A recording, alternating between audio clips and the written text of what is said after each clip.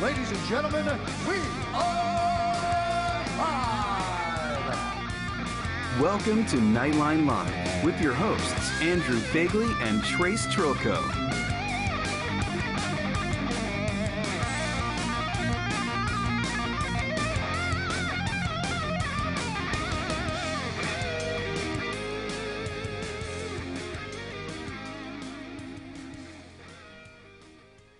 Hello, Night Nation. I'm Andrew Fagley, and welcome to our live YouTube show. It's our look back on the 2016 football season and whatever else we want to talk about. We got a bunch of guys here, so Trace. Happy New Year, everyone. I'm Trace Trilko. To my right, Eric Kohler, the voice of Central Florida Sports, is joining us, and Jeff Sharon from the blackandgoldbanneret.com. Thanks so much for joining us for the spectacular, as Andrew has been dubbing it for several weeks, on the Knightline podcast.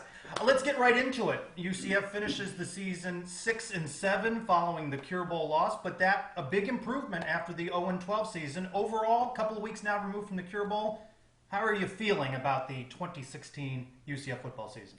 Well, I personally, as a fan, am still disappointed in the way it ended, but I'm careful to tell everybody, don't let the loss in the bowl game taint the overall big picture. 6-7 after an 0-12 season and being the first team to go to a bowl game the year after going 0-12 since UCF actually back in 2005 is an achievement that should not be scoffed at. If I had to give a grade for the season, I would still call it a B- overall. You're disappointed in the way it ended with the 3 straight losses, but let's step back and look at the big picture. It wasn't all that long ago that this program was in total disarray.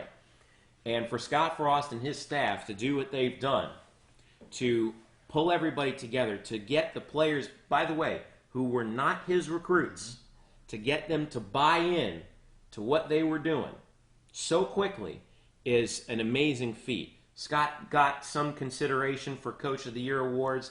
I feel that was certainly deserved. He probably could have gotten a little bit more consideration had the season ended a little bit better than it did with the 3 straight losses. But nonetheless, I think you have to look back and say they did about 2 or 3 years worth of work in one season. So I'm very excited for 2017 coming up, and I think the rest of the fans should be too. Well, my biggest thing is, it was a tough way to finish in the Cure Bowl. A great opportunity, the home field advantage with the crowd to come down there and revisit the Citrus Bowl. Now it's Camping World Stadium. But, the fact is, don't get hung up. Right. The game against Arkansas State, Arkansas State came to play, and some people didn't really know that defense was for real on a national scene. You had a freshman quarterback with Milton, and they beat us. They beat us. They beat us at a game.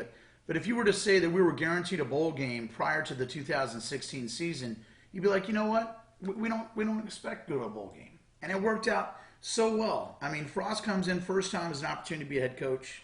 He was an offensive coordinator. For now him to be the guy, to have to take the umbrella, all these coaches to come in, there's so much to do as a head coach. And I think it's such a positive thing moving forward. Obviously, you want to win your bowl game. But, the bottom line is the future's bright. We're already getting in front of these guys.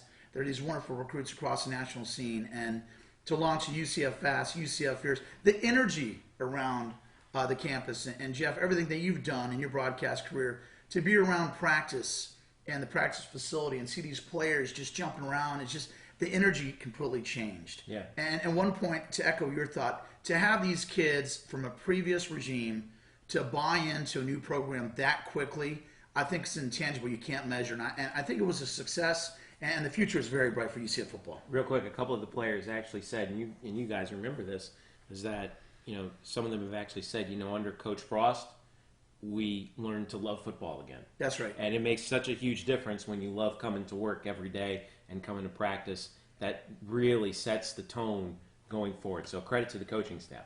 One of the things is, Scott Frost this year found a gem in Shaquem Griffin, who, Coach O'Leary never even saw before, I don't think. Right. Or he saw him out there and he didn't know what he could do. So I think that number one is one of the biggest things that happened this year. As far as the season goes, yes, it was better than we thought it was going to be. for sure. Oh, absolutely. I mean, really go back to predictions. we predicted certainly like did not predict 4 wins. Yeah. You know, I mean, I think I had 6 wins Yeah. in the best case scenario. Yeah, well, right, I mean- best case, worst case scenario. 6 Yeah, wins. I had 5 to 6. I think possibly be bowl eligible, and everybody like they were saying, "Well, if that happens, it would be a dream season." And all of a sudden, it took place. And a lot of people don't realize we played a couple good teams at the end of the season. We did. At the regular year. I mean, you don't want to lose that team The only down in two West teams, Florida. The only 2 teams in the American that Yes. would win bowl games. Right. Yes. Tulsa. Yeah. And Tampa. And credit to Tulsa because they had a better year than expected. Yeah. You know, and that's the other thing too. The USF game I thought was still going to be tough because I was going to be on the road. Yeah. But we still had a chance to win that game in the fourth quarter too. What you're hitting on, though, is changing expectations. Correct. And Scott Frost changed the expectations for the program and for the team throughout the season. And perhaps that's why fans are as disappointed as they are by the way things ended on that 3-game losing streak. Because it went so quick, though, guys. It went from not expecting anything. All of a sudden, it's like, whoa, here we go. I mean, look at that Houston game. That was the biggest thing. We could have surged ourselves into first place. Right. And kind of a meltdown in the second half. That was youth. You know, that was a hard game to watch. But then you could see we were right there, but we just didn't have all the pieces just yet. And I think it also goes back to the Maryland game too. You're playing a Big Ten opponent at yeah. home Maryland in overtime. Temple game. You got a shot. The Temple game Temple. too. Losing the game with 1 second on the clock. You look back at those sort of coin flip games. That's right. We lost the coin flip games, and that is a function of youth. I think not knowing what to do in those certain situations. Certainly true freshman quarterback, Not being there 18 years before. old, not being there before. Those guys have all been there before. Those coin flip games are going to start going our way in the next couple years, I think. It seems like there's a percentage of our fan base, of every fan base, that has unrealistic expectations. You know, the No. firefrost.com type of crowd. Wow, really? you know, there's that actually, exists? it's up You're there actually- now. yeah, There is unbelievable. a firefrost.com. There's so much hate in the world. And I it's can't crazy. stand What that. That's more crazy. No, that's could just he somebody have trying done, to jump though? on it. What more could he have done? Certainly, as a first-year head coach, he's going to make mistakes. Yeah.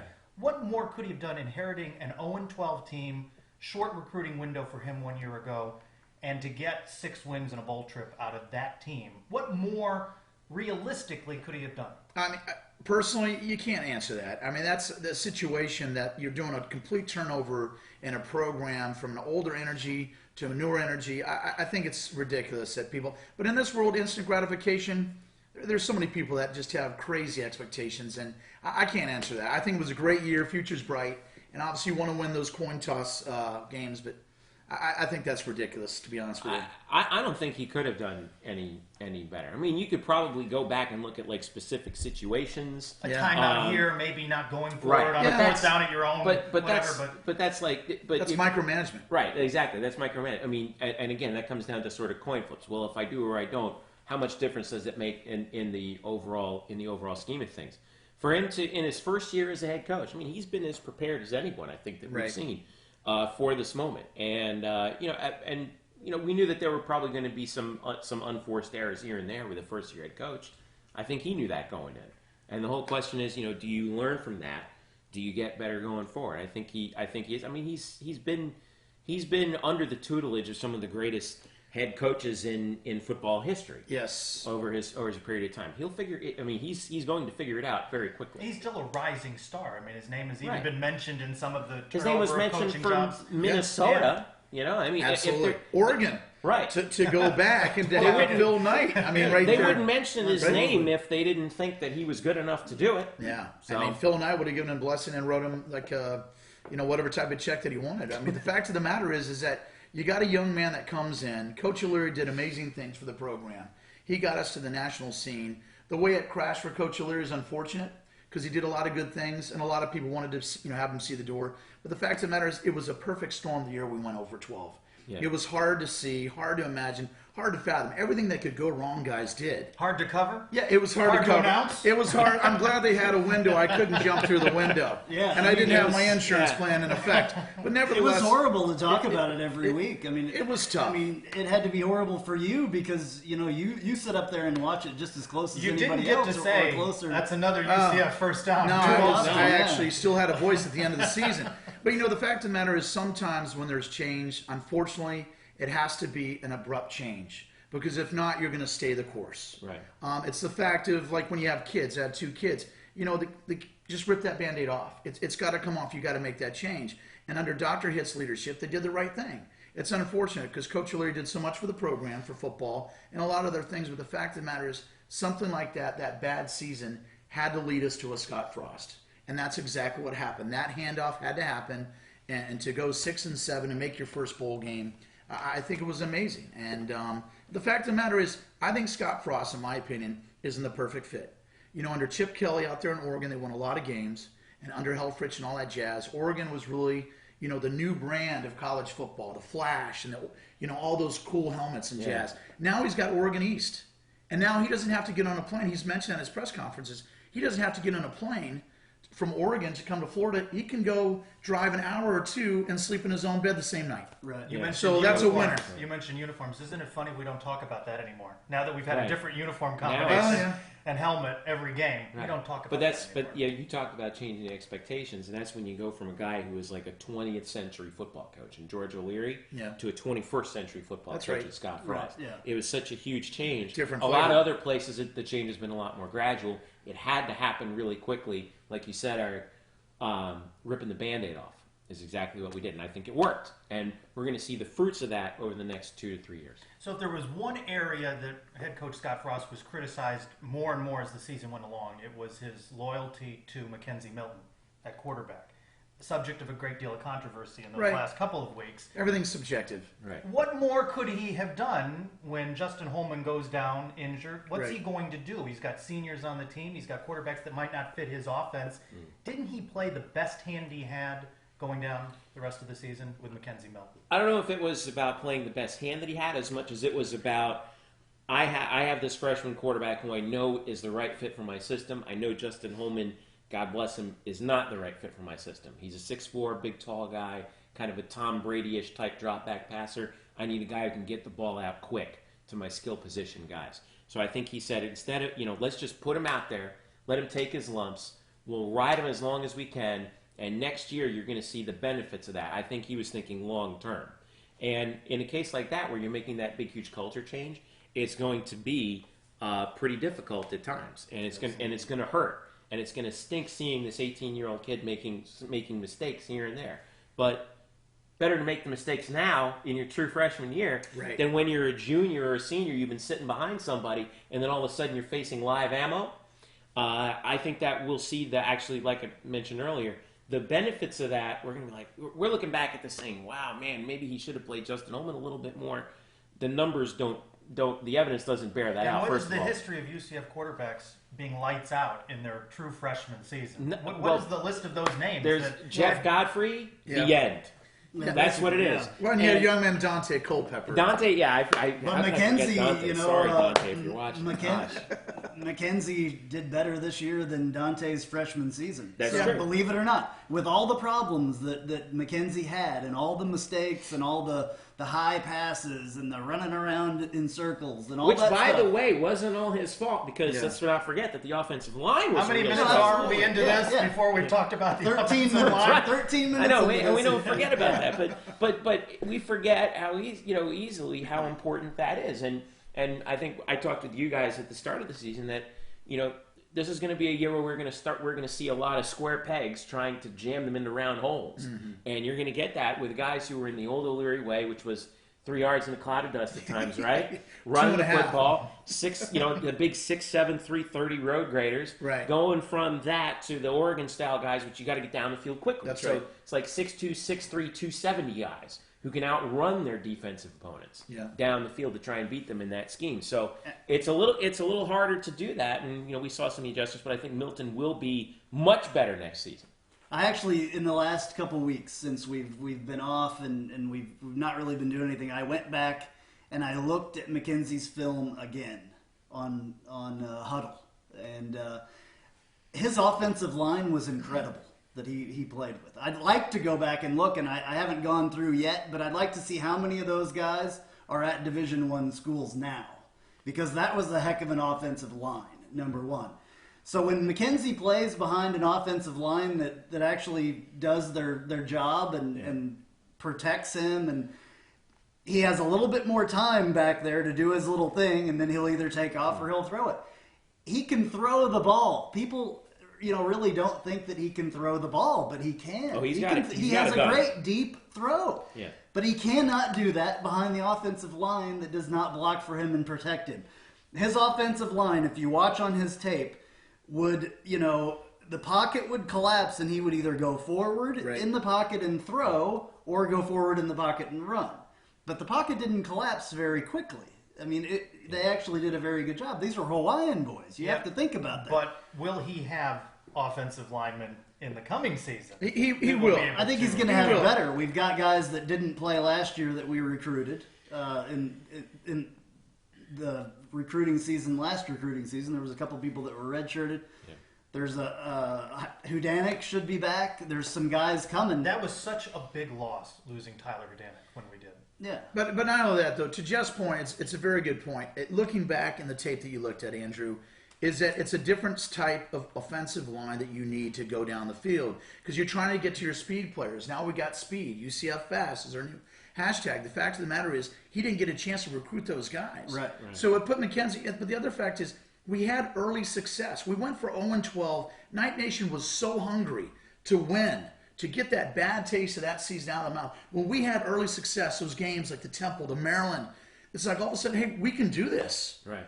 And all of a sudden our expectations went from here, like we're not going to make a bowl game, no big deal, but the future's bright. All of a sudden we started winning games in the standings, and everybody became so ultra critical. Yeah. And then McKenzie became the target because Holman got hurt. Right. Let's talk about fact and reality. That's exactly what happened. And the same as Jeff said is you got to have guys that are lean and mean that get down the field. Even when Chip Kelly tried his experiment, which failed in the NFL with the Philadelphia Eagles, he got everybody a blender. Right. Okay? So, hey, guys, we're going to do these plays within X amount of seconds. You got to get down the field.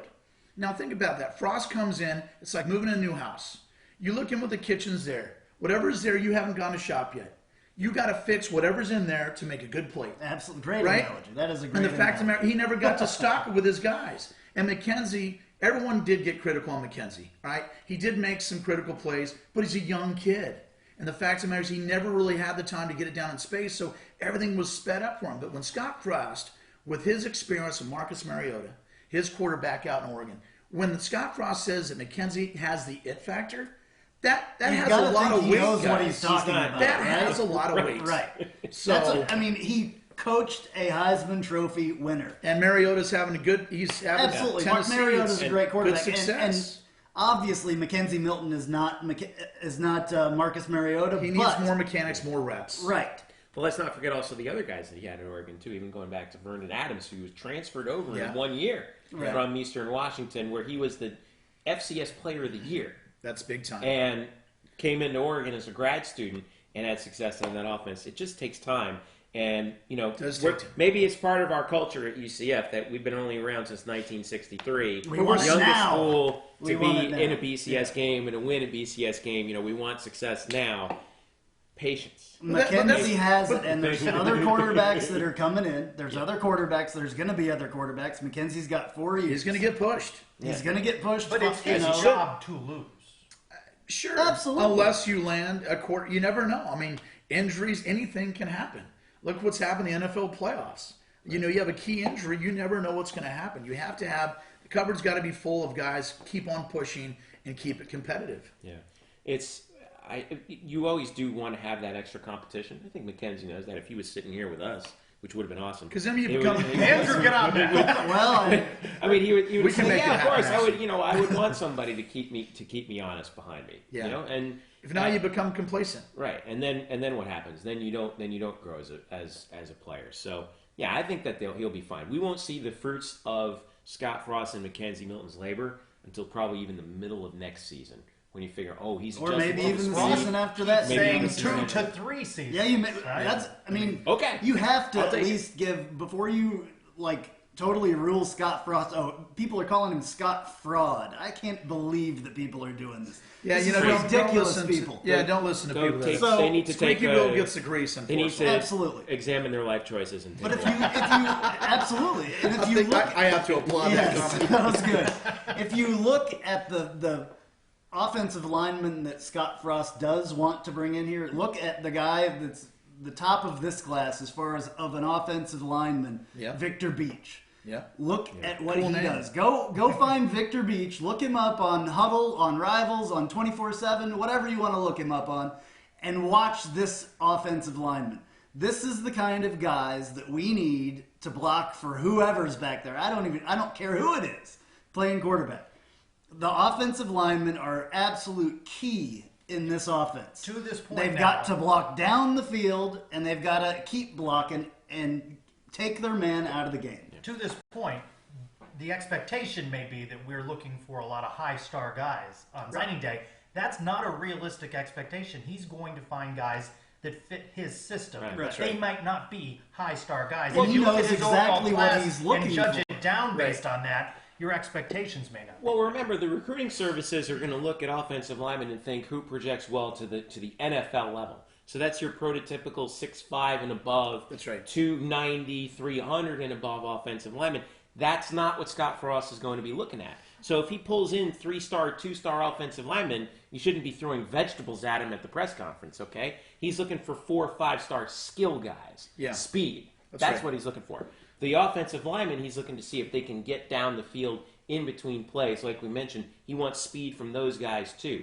Speed on offensive line doesn't necessarily translate well from college to the pros. It does from high school to college. So that's what he's looking for. By the way, speaking of Victor Beach, the next Knightline podcast, next Sunday night, Victor Beach is going to be on with us. I like your style. That's a guarantee. Hey, the biggest thing is I want to go back to talk about the star thing. Is that I've never bought into that. These days, real quick, not to get off point. Now you got the Under Armour high school football game that was downtown Orlando, and you got these kids now that do these press conferences. They have all their hats in front of them, and there's such drama, and it's just Not like changing. that one, but Well, yeah. Exactly. Well, that's a good one. Actually, that's from Street Outlaws right there. I like that show. They can't we see see it, the but hat? They can't see it? Oh. There's a reason for the hat. there's a reason for the hat. It's a UCF. That's Victor Beach's new hat. No, but we're gonna draw the name later on for the East Coast paddleboard tour Nice. that Tim Baker out of New Smyrna has been so nice to give us, and later on we're gonna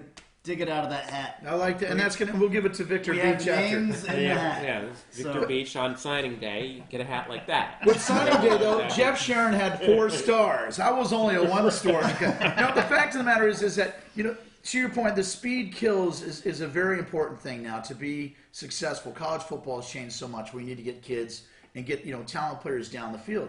But you can't buy into these stars with all these recruiting websites and stuff like that. You need character guys. You need guys who are going to come in. If it fits your system, you work hard. You have a good setup for fitness and all that jazz. The weight program. It doesn't matter what star it is, but these programs these days, how many stars does a guy have? It doesn't matter. If it fits your system, it's going to work. And I wanted to get that point out because so much emphasis has been on these star recruiting trails and the websites and stuff. And you're familiar with that, with all the coverage you've done in your life. And it's that you need guys who are going to buy in the system, get in that gym, work out with all these guys because we have the system set. We just need guys to buy into UCF. And Victor Beach is one of those guys you're going to be excited about. Yeah, I mean, he's incredible. He, even on his tape, scores a touchdown as a running back, which is pretty incredible. You see a big guy like that as a running back, able to score from the goal line. He's athletic. Absolutely. Very, very athletic guy. And that's what we need. We need the offensive linemen that are athletic and can do their job and do it well. And, Frost likes the guys that go down the field and don't let up, Yeah. They don't Don't stop. quit on a play. Yeah, they don't quit. And that's, I'm telling you, watch this guy. I tweeted out a couple of weeks ago, I was like, this is the type, if we could have 10 of Victor Beach, we would be set.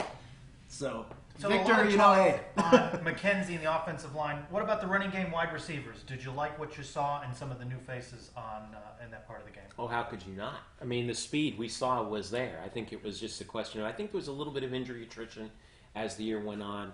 I think there was also a factor what you did. You were relying essentially on 2 freshman running backs in addition to your freshman quarterback and basically a freshman head coach and a freshman offensive coordinator with Troy Walters, even experienced as Troy has been. Everything was new for everyone. So now you're going to get a whole nother class of new guys coming in that are speed first and replacing some of the guys who did have the speed but were still kind of in that O'Leary mode. And now when you flip those skill positions over, see, that's why this offense is so much fun, is because we think of we're so used to thinking of wide receivers and running backs and tight ends when really the offense is about skill guys. It's like positionless offense. It's like the Golden State Warriors in that. Yep, that's right. Everyone's got to know their role. Right, and when you know your roles like that, and you can get your speed guys out there and in position to make plays with the ball and one-on-ones, that's where you see the offense really succeed. We saw it in fits and starts. We even saw it a little bit in the Cure Bowl, a couple of drives where we were moving the ball really quickly downfield. If you can translate that out to the entire game, that's when you have success. And the way you do that is by having the depth in order to do that. And you're not going to see a lot of the big running backs like, that we saw for years and years with Latavius Murray and Ronnie Weaver.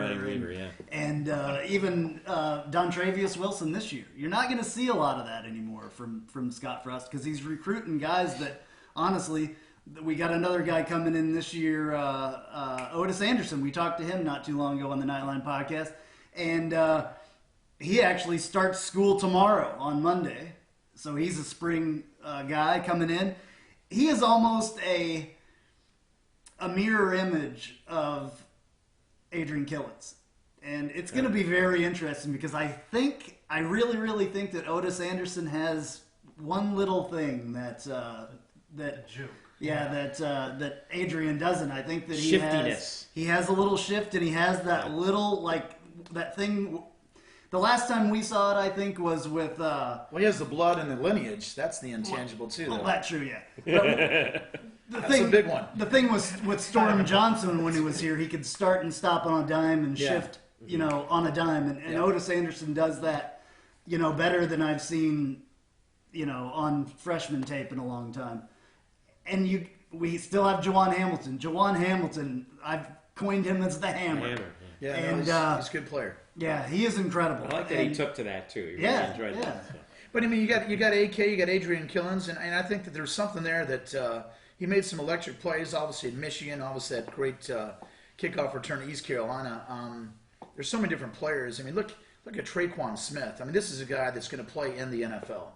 I mean, he can go up in space and grab footballs. I mean, it's pretty amazing. I mean, you got so many good guys that are coming back, and it's going to be hard to feed so many of these players. So you got to get guys to buy into the system. But and we're going to have some that we don't even know their names yet. Right. I mean, we're going to have more.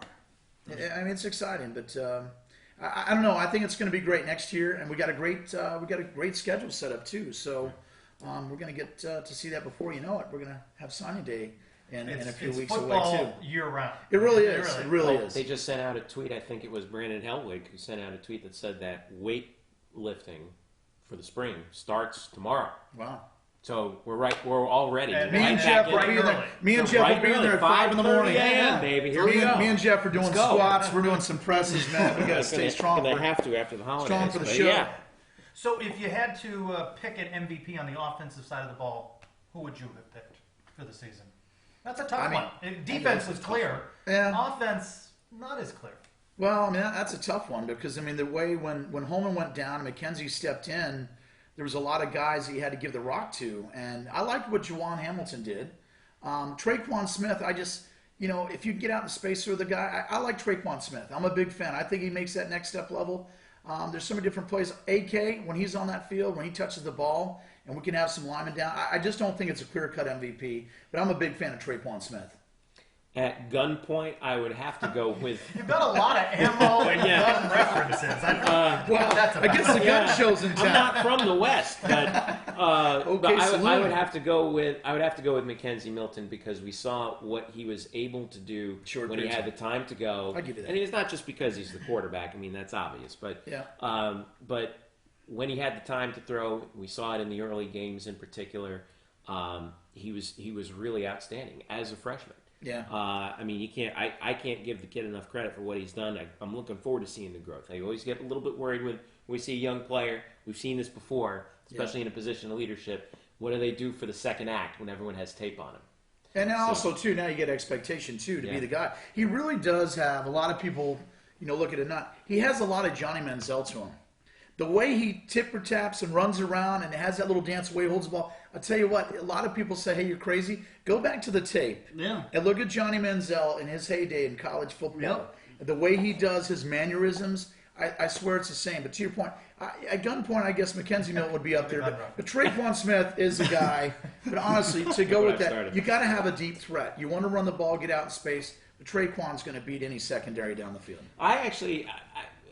Johnny Manziel isn't the one that I would come up with. I was thinking of the quarterback. Maybe I can't remember his name, but he was the one before Marcus Mariota at Oregon when they played Auburn in the championship game.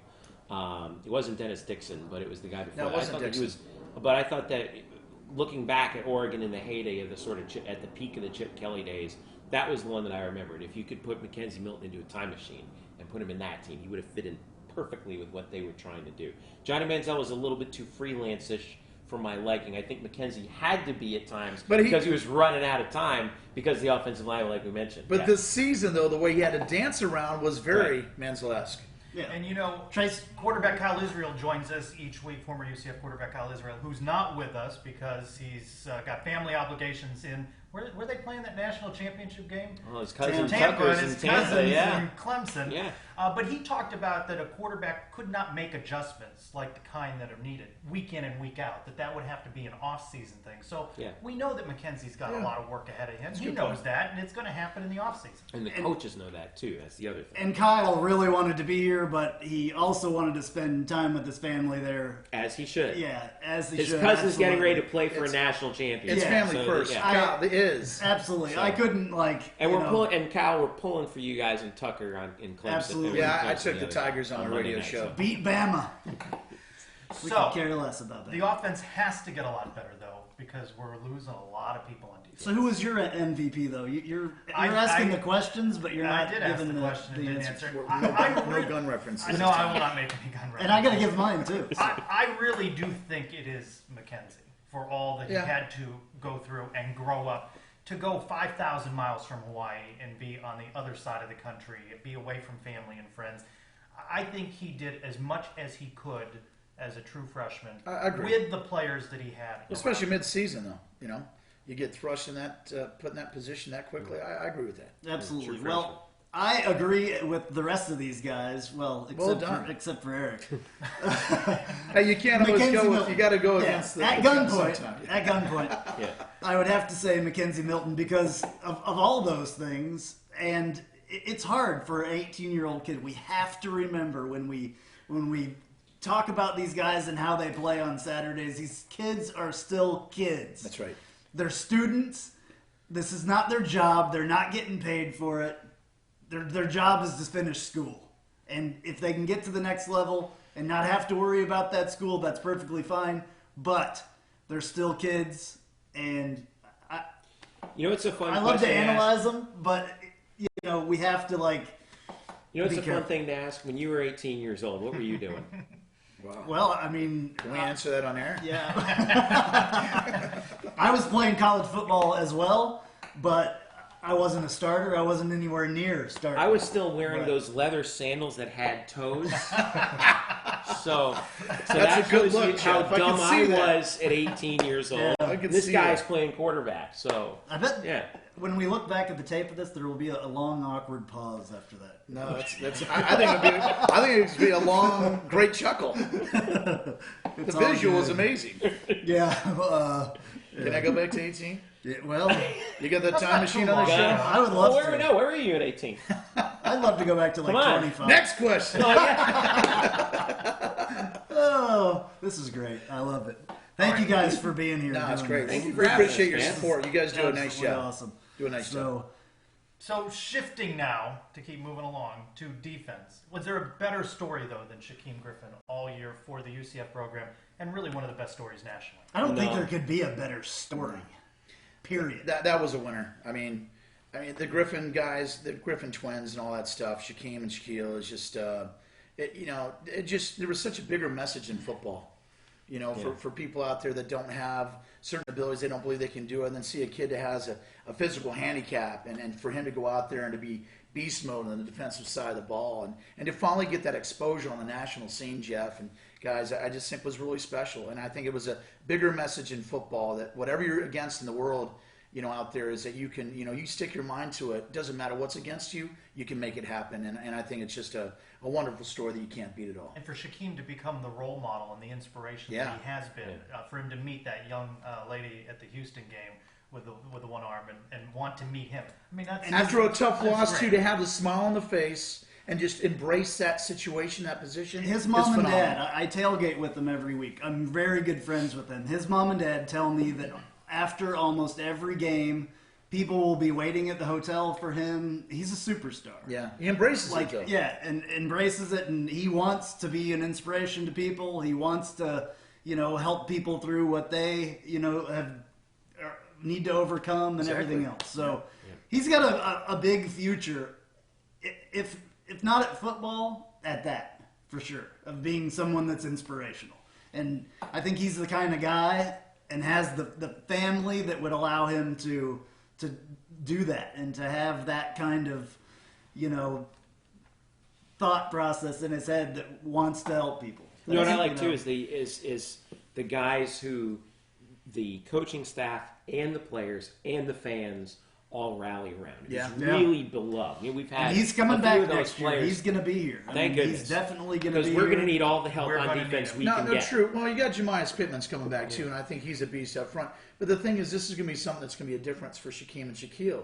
Is that Shaquem did the red shirt? Yep. Okay, so Shaquille is truly a senior, so he's gone. So that's going to be a transition because we can't In talk fact, about right that now being they're twins. separated for the first time. time ever. Yeah, and they said that was their hardest Right. transition, and you having a closer relationship. Right. I've seen him a lot at practice and talk some small talk, but the fact of the matter, I think that's going to be a thing that you can't, to be in a twin, to be, just together your whole life, and now to see that exposure, guys, Shaquem of getting, football-wise, and Shaquille had a good season too. Yep. And Shaquille is to in not be Texas back right in now, camp. preparing for the NFL Players Association game. NFLPA, yeah.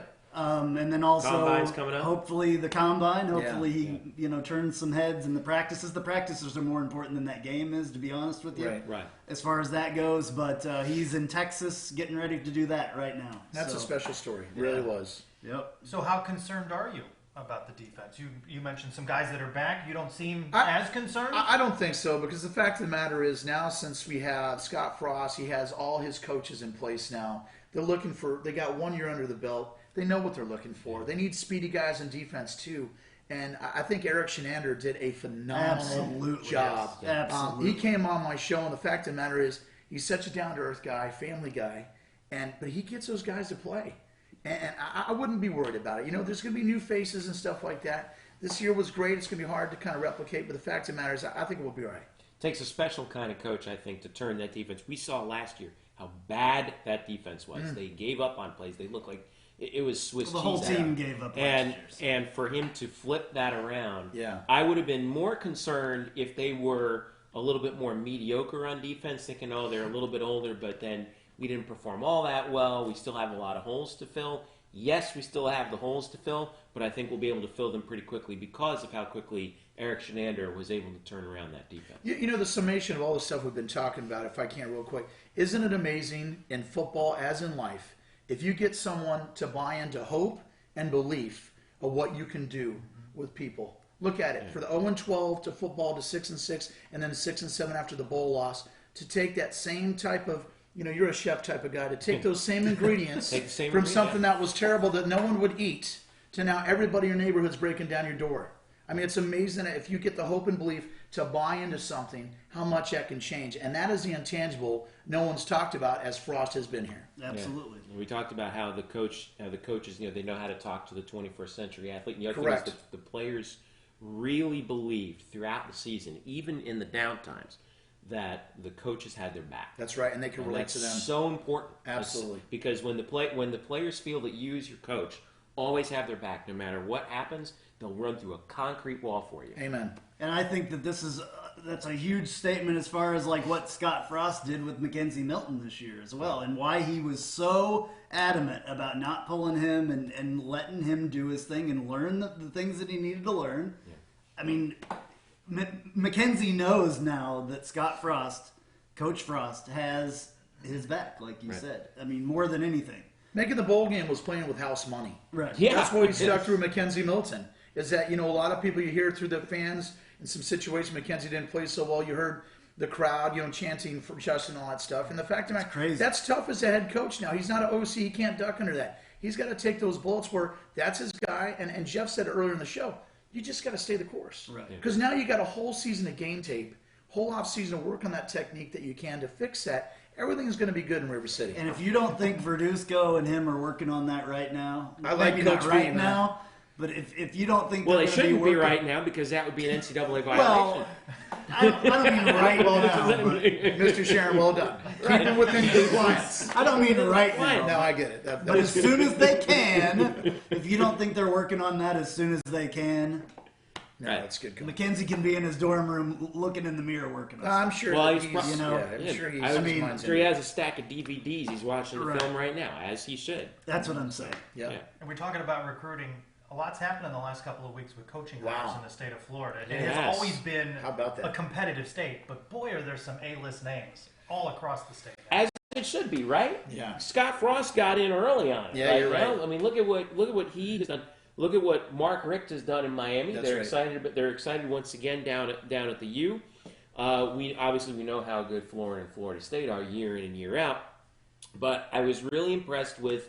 I mean, I hate saying it, but South Florida hiring Charlie Strong, who I think, and I told Eric Lopez this on our podcast, I think is an upgrade over Willie Taggart. Believe it or Oh, not. absolutely. I think that, and From a recruiting standpoint, I think. Coaching Oh, yeah. standpoint, I think across the board. Both, yeah. because he took his lumps, and now he's got an opportunity to Tampa to take what he endured in Texas and the upbringing in Florida and in Louisville. how easy we forget how good of a recruiter Yeah. and a coach he was I agree defensively with at that. Florida. I hate to say it too. I know, but And we look at got what he the did at colors right there. Louisville that got him, Yeah. to go Yeah. to Texas in the first place. And he thought he was did a going to get the heck of a Florida job. Yeah. Did a heck of a job at Louisville. Yeah. And I think that he was in a bad position in Texas because Texas people only like Texas people. They don't like they think That's that right. There's Texas and You're then outside there's, the club. You don't have Yeah. the gentleman's jacket. Right, exactly. Yeah. So unless you're wearing burnt orange, you're not worth talking about. And then Lane Kiffin at FAU, who I think, if nothing else, is going to probably splash. make a splash. Probably might be a little bit of a pain in the neck in terms of recruiting, especially if you're a quarterback or an offensive skill player. But I really like what FIU did with Butch Davis. We're opening the season with them. Butch is back in Miami, back where he got his start. Remember, under Jimmy Johnson in the heyday of the U, and then became the head coach later on. And look at what he built there. I'm not saying FIU is going to compete for a national title, so please don't say that I am. But that's something that we're going to have to watch because on the recruiting trail, Scott Frost is going to have to earn his money recruiting in-state kids. But you know what? I think Florida's, in terms of recruiting standpoint, it's a sustainable fish. Yeah. I really do. Yeah. You got kids. You don't want to have kids going out to Oregon or USC or UCLA or wherever, or Texas. I think that you can keep the kids here, but it is going to be a great poker game to see. Oh, it's gonna be fun. With those personalities and those egos and that presence in the room, when you got those kids all here, where you're going to go with all that experience, all these guys, I think it's going to be fun I to think watch. Lane Kiffin's going to get a couple guys on his name, and what he's done. How would you like to early, be- but what FAU doesn't have what UCF has to offer a kid. I mean, doesn't Depends have the on what you're looking facilities, It for. depends on the situation. Doesn't have Yeah. the facilities, but But it also depends on what you're looking see for. the If you're ocean a kid from the press box. if you're a kid from That's West nice. Palm Beach, if you're a kid from West Palm Beach, and you're a wide receiver at Dwyer or something like that, and Lane Kiffin comes to your house and says, "I want you to stay home and play for me in my offense." What are you going to say? Yeah. Well, I know what you're going to say. And you hit on but, it that they may get some skill guys. Yeah, they're going Yeah, to get they some are skill going guys. definitely will. Get some But there's skill. enough because it's sustainable. You're going to get the names of all these recruiting websites, but you got to get with the guys like say the Dwyer example. You got to get guys that fit your system because it really is amazing. If you look at that list, I mean, Butch Davis, It's Jim fun, man. McElwain, Scott Frost. I mean, Yeah. it really is amazing. It's Mark huge, Richt. yeah. I mean, that's we something. didn't even mention Jimbo and Jim McElwain. And he was going to go to LSU. Oh, by the way. Yeah, LSU's knocking on his door. I don't think he's going to Well, go. that's but one of the criticisms, not to talk about the Gators too much, but of McElwain is can he recruit? in But the he's state got to of get Florida? offense so with the Gators. You know. So he's got the defense, but he's not. I don't know. They can't produce. But we're not going to talk about that Yeah. school. If you want. But Well, I think it's going to be fun though. Earlier you talked about the schedule. You mentioned FIU. 7 home games because Texas falls off the schedule. Yeah.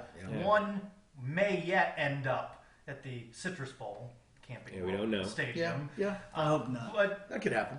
schedule and expectations. When you go from 0 to 6 and you know you have 7 out of 12 at home, Yeah. what is realistic in growth for the program now?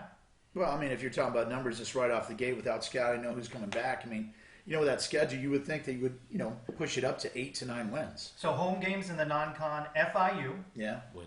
feels like a win. Okay. Georgia Tech, it's a tough game. Tough. That's a great game, but that's going to be the coin toss game Yeah. that Jeff said that we got to win at home. And that's the one that we need to win. That's the and payback show for that we Maryland. can That's win. the game And that it's will worth- draw the bigger crowd. Well, yeah. And here's the other thing that's interesting about that game too. We got Georgia Tech and Navy on the schedule. Yeah. They run that wing tee crazy option offense, which is like playing a different sport. Yeah, you it have really to is. you really have to prepare for it in a much different way defensively when you're playing those types of teams. So I'm actually glad that we get Georgia Tech on the schedule, Early. Yeah. running that offense early, because when we do play Navy It's a in the good conference scout. schedule, Yeah. it is a very good. We're going to be ready for that. Yeah. Maine is the other home. They play Hopefully. football in Maine. They play Hopefully, football. yeah, play the Black Bears, man. And the road That's game, where Dr. Hitt actually That's comes right. from, guys. That's right. the road games at Maryland, who we should have beaten. Yeah, Well, I'd like to that's- go out They'll and be beat- better next year. I'd like so to that's beat not back a- the crab cakes. Yeah, I'd like I to wouldn't beat the mind Terps. Yep. I wouldn't mind that. Flip them like a turtle. That could be a little bit of a payback thing if they can Yeah. muster it. I mean, Nice that'd little be road trip great. up to the D.C. area Yeah, too. that's You can great. check out the Inner Harbor. Air and Space Museum and all Yeah, that. that'd be Yeah, awesome. Inner And Harbor. then conference home games, UConn, Yeah. with or without trophy. Oh, jeez, don't even open that can. With We've With- talked with a lot a about new- the trophy with a on new here, so- old coach. With a new old with coach. Randy Edsel coming back. East in. Carolina struggled a lot Yeah. Yeah. last year. They're a proud program. They'll be back. Memphis had a decent season. Yeah. And Tampa, University of West. So wait, Florida. what do you Tampa call? started football. Wait, Tampa started football now? The Cows. Oh, the Cows. Okay. Minus one of their key players, Yeah. who's announced he's going to enter the NFL draft. Their Plus running back Charlie guy. Strong. Yeah. Plus So that's going to be at home for us. Thank goodness. It's going to be a tough football game. But this As it is should where be. this is where the rivalry Yeah. is in now, because now that you got the nuances. Because I believe it was Troy Walters, our OC, said it's too bad they made the coaching change because I sure would like to get another shot at that guy. He was referencing Willie Taggart. Oh, yeah. Or what happened toward the end of the game, UCF USF. But those are the bullet points that load up to make that rivalry, and I'm so excited to know that's officially an annual tradition. Yeah. The war on I-4 rivalry. Do you want to see it stay on that Thanksgiving weekend?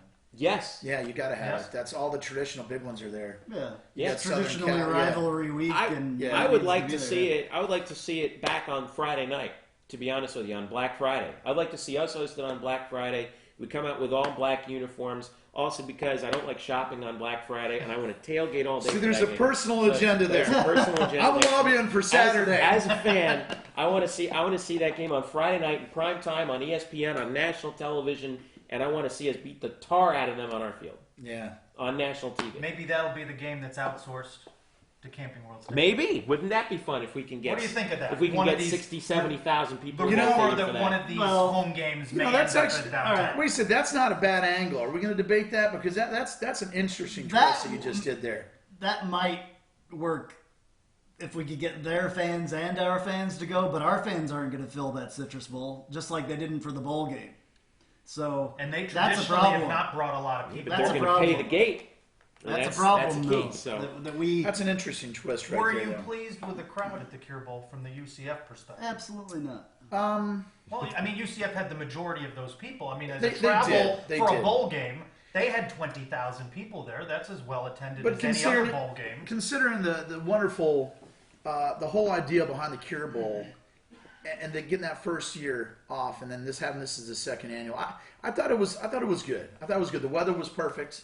I mean, obviously you wanted 30, 40,000, but if you look at the other bowl games, especially the Buffalo Wild Wings on New Those Year's, weren't packed either. Yeah. they closed up. They didn't even sell the upper Yeah. bowl. Which is Well, The surprising for that bowl game. Miami West Virginia game, the had a Russell Florida game, team in it. yeah, absolutely, and you saw the difference. So that Right. twist earlier about you, USF, UCF. I thought I was really, when it comes to the Cure Bowl, I was personally a little bit disappointed that more UCF fans didn't come out for that game. It was kind of a little bit tough because it was after finals. A lot of the kids went home, but still, it's in Orlando. I would have Yeah. liked to see more UCF fans at that game. I thought the game itself was extraordinarily well run, and I know that Alan Gooch, who's the guy that we've known for a long 20-some time, years coaching for UCF. and not to mention the playing, obviously, and, Yeah. and all that he's done for UCF. They run a really nice ship over there, and I think that we're going to see over time that will sort of develop. I think that's good. That's and good as far as they've got everything kind of set up in the right. They're in the right position. I'd much rather be doing that in a bowl game in Orlando than say if it was in Birmingham or Idaho or some of these other places that have bowl games, Places with actual bowls. which are strictly for ESPN programming purposes Right. and nothing else. So Andrew and Trace, how about you? What were your thoughts about the presence of UCF fans? Yes or no? I was disappointed. Were to you? be honest with you? Like I thought strongly that- disappointed, or just kind of Strong, like? I was strongly disappointed. Yeah. Oh, okay. I thought that we could, we've gotten more people to UCF for a game than that. Yeah, by but I mean, far. again- This is a bowl game. It happens in your hometown. Yeah, in a renovated stadium, which is In nice. a renovated stadium. That's Yeah. nice. They sell alcohol, unfortunately, there because we had all kinds of issues with that. In a lot of people sitting in the crowd. But in your hometown, it's just it kind of. I don't know. I was disappointed because it was probably about half full of what it could have been. Huh. Yeah. I'd say disappointed, but I was also disappointed with the crowds during the regular season. Yeah, Again, considering absolutely. we went Yeah. off of 0-12, there was some excitement brought with UCF Fast and. But you were Fierce, selling a new brand. I tell you what, the new scoreboard and it was winning though. and the They were video winning board. games. The Yeah. new video board was actually turned on the night before our Yeah. game the next day. Yeah. Yeah. So, and Danny White coming in such a short period of time. So, to kind of address that is that disappointing on that side. But I think the curable. I thought in that one corner that was the northwest corner of the Camping World Stadium. I thought it was. I could feel the energy of UCF fans there. The students who did come to that game, they were ready for the game. They treated Yeah. that like a regular season game. I thought that was encouraging. I just think to that see. you could have done a lot better in your hometown. But losing the students, though, I think is a big Yeah. deal because you have the same thing going on right now on holiday break with UCF men's basketball. Right. Without the students there, you really the energy heart is not there. And when you lose that, the students are the heart of any fan base of energy in any crowd. Right. So Especially in the basketball yeah, stadium. you see it more. yeah. Which UCF basketball loses its first conference game today. Yeah, and it's falls okay. to 3-1. Tough road loss at UConn. They return home. Yeah. Students come back, and hopefully we have a good crowd at CFE Arena. Yeah, against Houston. Saturday. Yeah, Houston. Perfect Football. storm for that game up in Yukon and Hartford. We should be ready for the Houston game. Good call.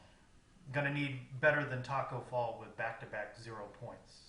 You Yeah, gotta do that's better true. than Yeah. Yeah, tacos don't go well with donuts. that. Well, that's Wow, a great that was way to really good. Now I'm segue hungry, and into the drawing before. Yeah, I think that we should do this. Completely out of time. Well, we You can do guys this have for heard 3 tons hours. about it on the podcast if you've listened. So it's a $110 value. Tim Baker from New Smyrna is giving away a paddleboard tour. It's a boat-assisted paddleboard tour, so they follow you with a boat, and so you're not far away from rescue if you need it or whatever. There's dolphins out there. There's all kinds of this stuff. sounds like my kind of paddleboard tour. Yeah, it's The it's safety cool. net behind And you. Tim wanted me to tell everyone that he does fishing out there as well. And right now on the Intercoastal, I guess it's really awesome for fishing. So you can call them about that as well.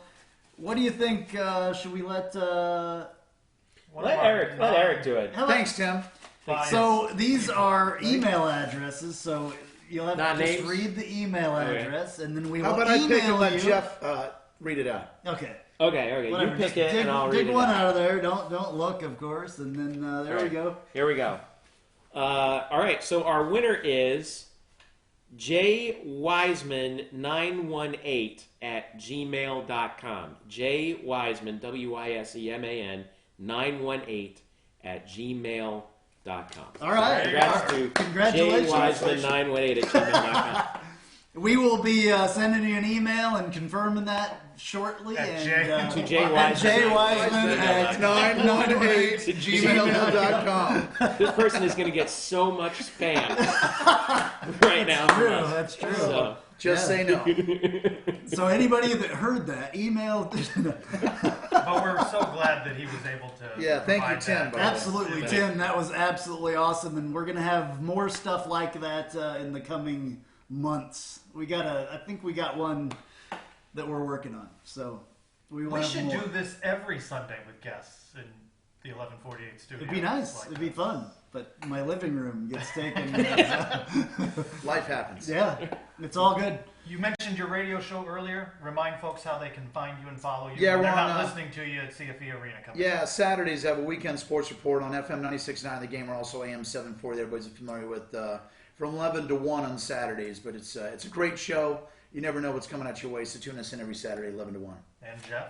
And you can catch myself and Eric Lopez at blackandgoldbanneret.com. We have a podcast along where we do, we're on iTunes, Google Play, SoundCloud, and TuneIn. And you can also catch us at blackandgoldbanneret.com, UCF_Banneret on Twitter. And you're usually launching those Wednesdays, right? Usually it'll be up by whenever I get to it on Thursday is usually my goal. Get it up there on Thursday so that it looks forward to the weekend. See, there's a lot that UCF fans can listen to now. There's All Yeah. kinds of programming That's awesome. when that Yeah. didn't used to exist. So Right. Yeah, you're right. We You know. used to be the guys who would complain, why isn't there more UCF related stuff out there? Yeah. And now we're all doing it, so it's great. That's No, awesome. it's good. That's It's good. It's all for the cause. Right. That was my entire, I've told the story why we started doing it in the first place. And Because no one else was. I was looking for information and couldn't find it. So here we are. But the one thing, kudos to all you guys, because I have history with Jeff getting started. He helped me to get started with certain things. But with you guys getting to know you, the best part about that is you guys have passion. You found something that you love, and you're all in, and you do it because you want to do it. And for me, as a UCF guy, I want to say thanks to all of you. And I think it's great that you find something you go for. Good job, guys. Thank you. Thank you. We've gone nearly the hour without thanking Jason the intern. Yeah, I was Yeah, going to Jason say. the who is intern. running everything. J-Turn. upstairs. Jason the intern is upstairs in the control room. Yeah, he's at slipping 11. back He on the is press a box. much nicer guy than Andrew lets on. Yeah. And does Oh, a yeah. great job He's for a him. great guy. Yeah. He's locked in a He closet does- somewhere, but he'll be fine. I'll even say his last We name, fed Jason him. Beatty. We fed him. He We comes fed every him. week. He feeds. Nothing to see here. He works when you feed him, so it's all good. Thank you, Jason, very Nice much. job, Jason. J-turn. Jay Turn. That's his new name. Yeah. Jay Turn. All right. Well, this has been our YouTube spectacular. I hope it was spectacular for y'all. It was spectacular for us. We had a blast doing it. Nice so, job. yep. Thanks for having us. No Yeah, problem. thank you. Thank you guys for coming. We Thanks, appreciate Andrew. it. Thank you, Trace. All right, appreciate thank you guys. Appreciate it. Your I'm Andrew Fagley. We do this all the time. We had to I'm Trace Strolko. Go Knights! charge on. on.